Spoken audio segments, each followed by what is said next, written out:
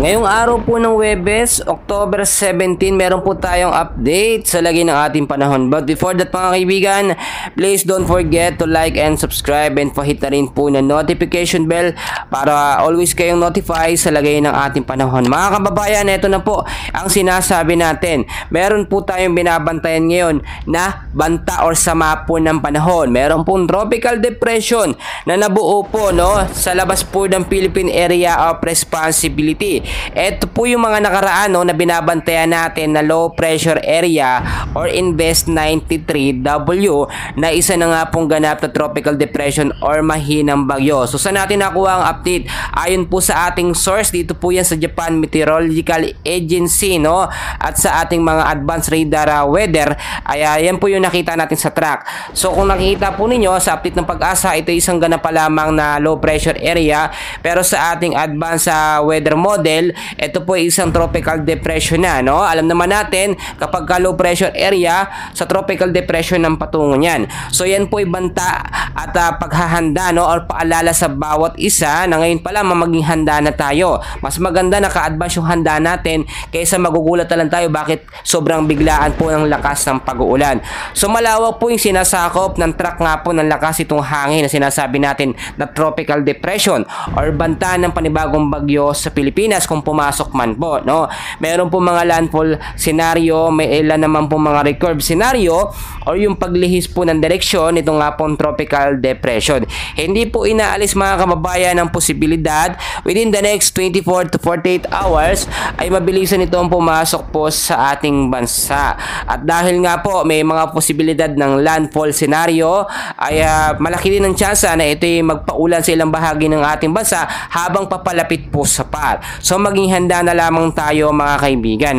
As of now, wala itong direktang epekto, pero kapag lumapit ito or mas lumakas, doon po natin mararamdaman ang effect nito nga pong tropical depression na nasa labas po ng Philippine Area of Responsibility. So dito na tayo sa update natin, and as of now, ngayong araw po ng Huwebes, ay Intertropical Convergence Zone or ITCC ang nakakaapekto po sa ilang bahagi ng Southern Mindanao, Eastern List naman sa Luzon at Eastern section po ng Visayas.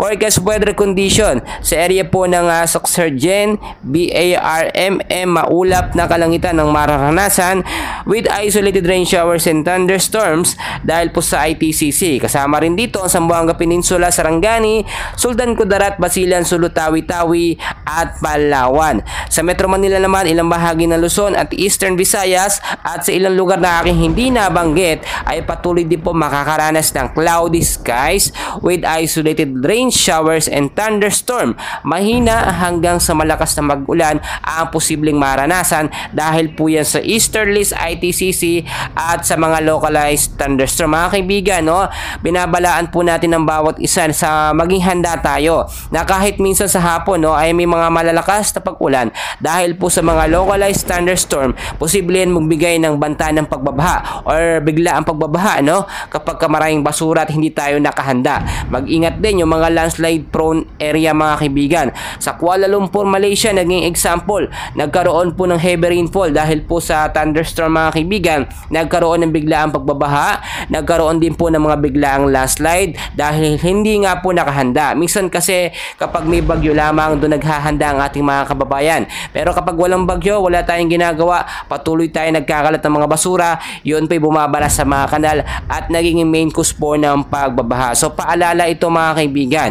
At ngayon din mga kaibigan, inaasahan din natin within the next 2 weeks ay mararamdaman na ang malamig na simoy ng hangin. Doon nararamdaman naman na natin yung malamig na hangin sa umaga, pero hindi pa ganoon kalamig.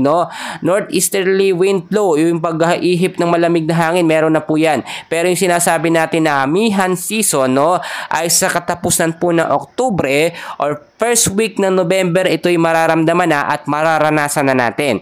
So huwag kayong mag-alala dahil kahit amihan season ay bibihira yung bagyo na papasok dyan. Pero hindi natin inaalis yung mga posibilidad na may mga bagyo pa rin. Pero kapag may pumasok na bagyo at amihan season, expected natin mga kaibigan na ito ay medyo malakas kung ikukumpara natin dito nga po sa habagat season.